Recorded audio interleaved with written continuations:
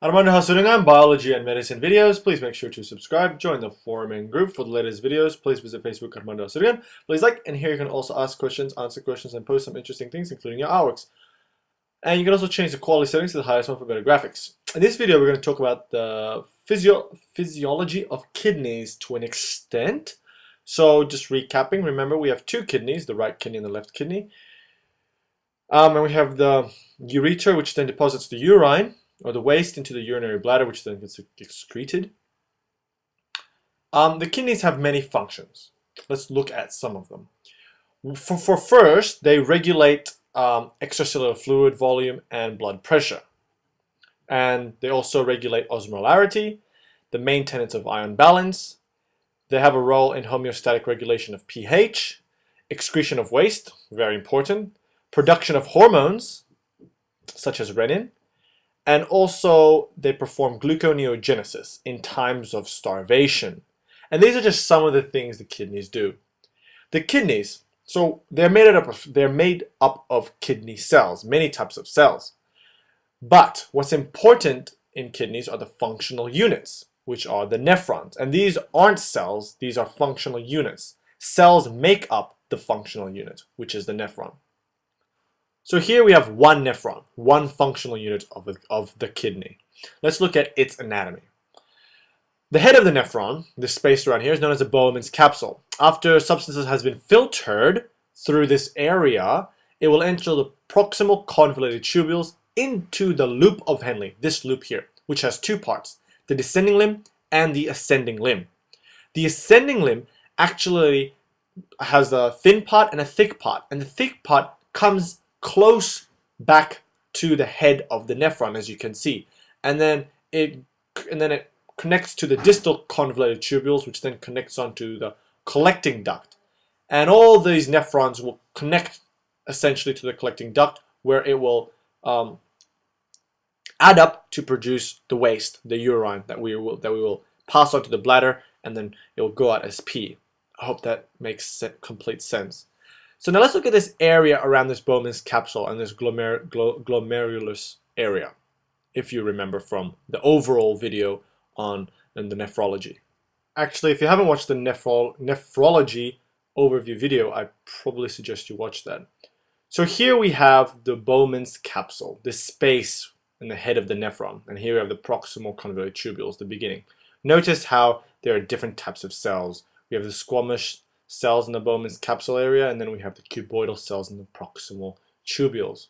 Here we have the blood vessel entering this Bowman's capsule. First of all, the afferent arteriole enters the Bowman's capsule, where it will then become what's called a glomerulus, which will then wrap around this Bowman's capsule area and then will exit out of this head through the efferent arteriole. The blood vessel brings in many types of substances, ions, red blood cells, plasma, etc.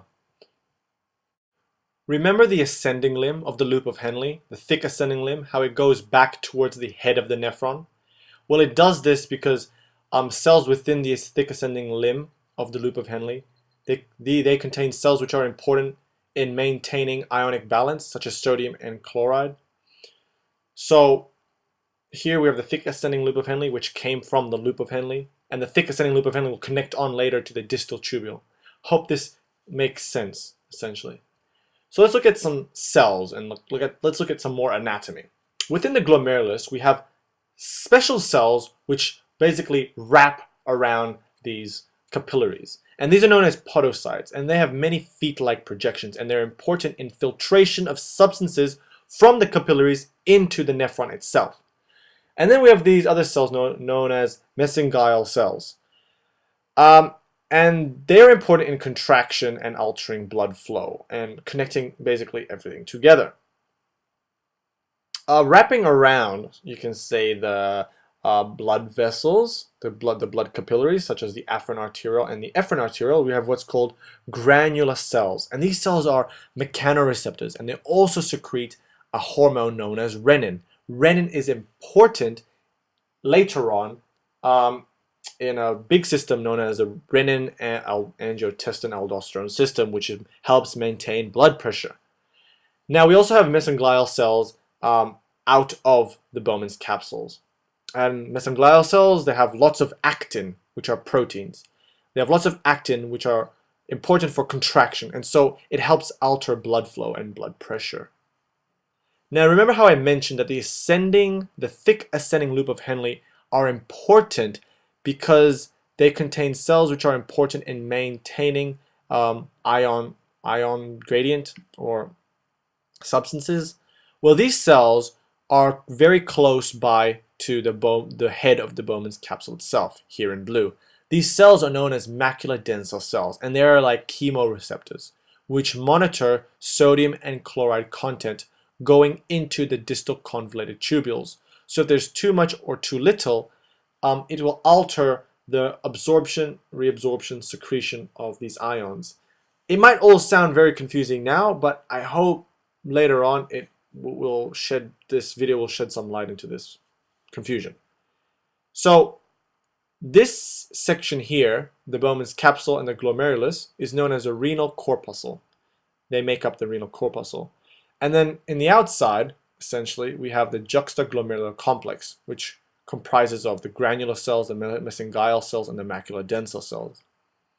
Now, another important thing to know is that nephrons, kidneys itself, have a very, very rich blood supply in order to perform all its tasks, such as regulating volume, blood pressure, ions, osmolarity, and pH, just to name some. But as the kidneys will still be monitoring and regulating pH, osmolarity, and blood pressure, the end product of the kidneys itself, the nephrons, will be urine, waste.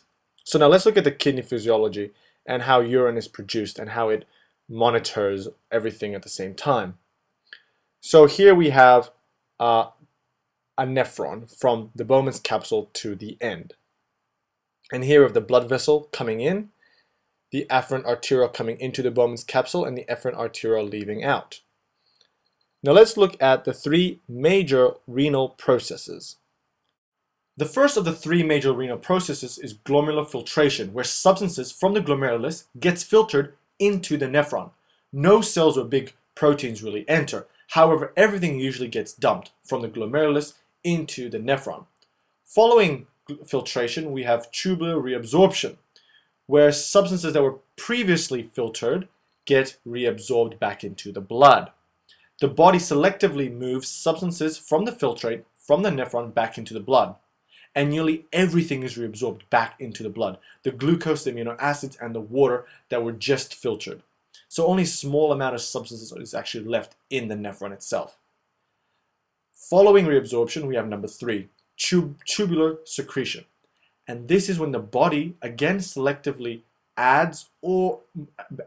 moves substances from the blood into the nephron, into the filtrate. So the opposite of reabsorption. The body just dumps substances from the blood into the nephron, which it doesn't need. And so whatever is left in the nephron from the filtration, reabsorption, and secretion, we have what we can call the fourth process, which is excretion, which is the urine leaving out. So let's look at this in a better diagram. Let's look at the urine production. Here we have the depiction of one nephron from the head, from the Bowman's capsule to the end. And here we have the blood supply coming in. We have the afferent arteriole, which then enters the Bowman's capsule, which makes up the glomerulus. The glomerulus then leaves the Bowman capsule as the efferent arteriole. And this is our blood supply. So the three major renal processes. We have 1, the glomerular filtration, basically filtration of substances from the glomerulus into the nephron, into the tubule. 2, tubular reabsorption. It's the reabsorption of the filtrate from the tubule back into the blood, what the body needs. And then we have 3, tubular secretion. Where the body secretes substances from the blood back into the nephron, back into the tubule, to be excreted as urine. So what amount of substances is actually excreted out of the body? To find this, let's find out the amount of solute excreted, the amount of substances excreted. To calculate this, first of all, we just have to find out the amount filtered, the amount actually filtered, minus the amount reabsorbed by the body, and then we have to add the amount secreted by the body. And this will give us the amount of solute excreted, solute in P. I hope you learned something from this video. In the next videos to come, we'll look at the three major renal processes, beginning with glomerular filtration, and then reabsorption, and then secretion. I'll also provide links on this video on one of the functions of the kidneys, which is regulating fluid volume and blood pressure, by providing a link on the renin-angiotensin-aldosterone system. Thank you.